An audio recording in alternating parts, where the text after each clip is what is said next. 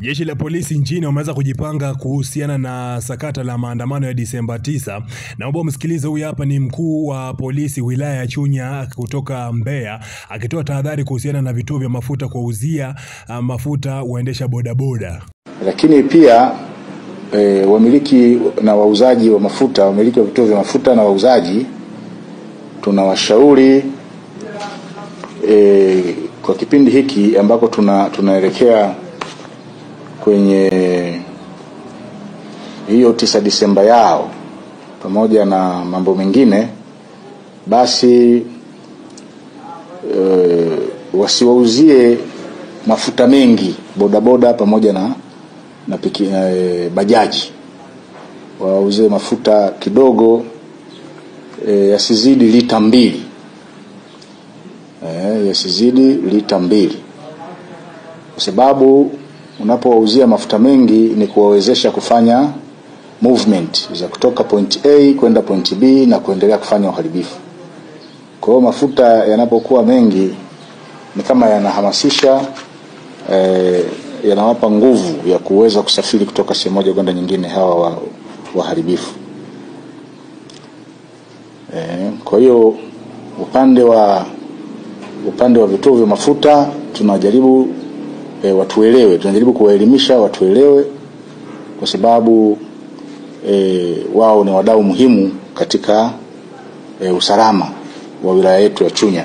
Yes, haya ni maelekezo mapya kabisa ambayo ametolewa na mkuu huyo wa wilaya katika wilaya ya Chunya, ambaye amesema kwamba sasa hivi vituo vya mafuta hususan kule Mbeya wahakikisha kwamba kila bodaboda anayekuja kununua mafuta asiuziwe zaidi ya lita 2 za mafuta kwa wakati mmoja.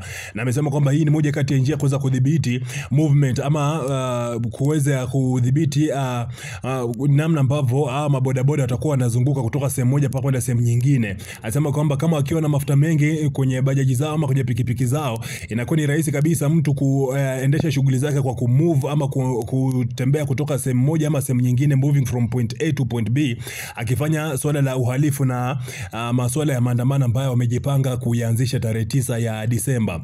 Sasa ni moja kati ya kauli ambazo kidogo zimeleta mixed reaction ama zileta hisia mseto kutoka kwa Watanzania na kutoka kwa watu binafsi. Sababu gani? Hii ni moja, kwanza swala la mafuta kwenye pikipiki, waendesha bodaboda wanasema kwamba hii ndio riziki yao, wanategemea pikipiki hizo kuweza kufanya maisha yao ya kila siku, na sasa wakianza kudhibitiwa kuweza kuweka kiasi fulani cha mafuta, inakuwa basi ni vigumu kwa wao kuweza kuendesha shughuli zao za bodaboda kama kawaida. Lakini pia inasemekana kwamba ni njia ambayo pia sio imara sana, sababu bodaboda moja anaweza kaweka mafuta kwenye vituo kama 3 ama 4 kwa wakati tofauti ama kwenye wakati tofauti. Uende kwenye kituo cha kwanza ukaweka mafuta lita yako 1.5 ama lita 1, ukasonga kwenye kituo kingine cha mafuta, maana vituo vya mafuta huwa ni vingi sana, havijaachana kwa hatua kubwa sana kivile.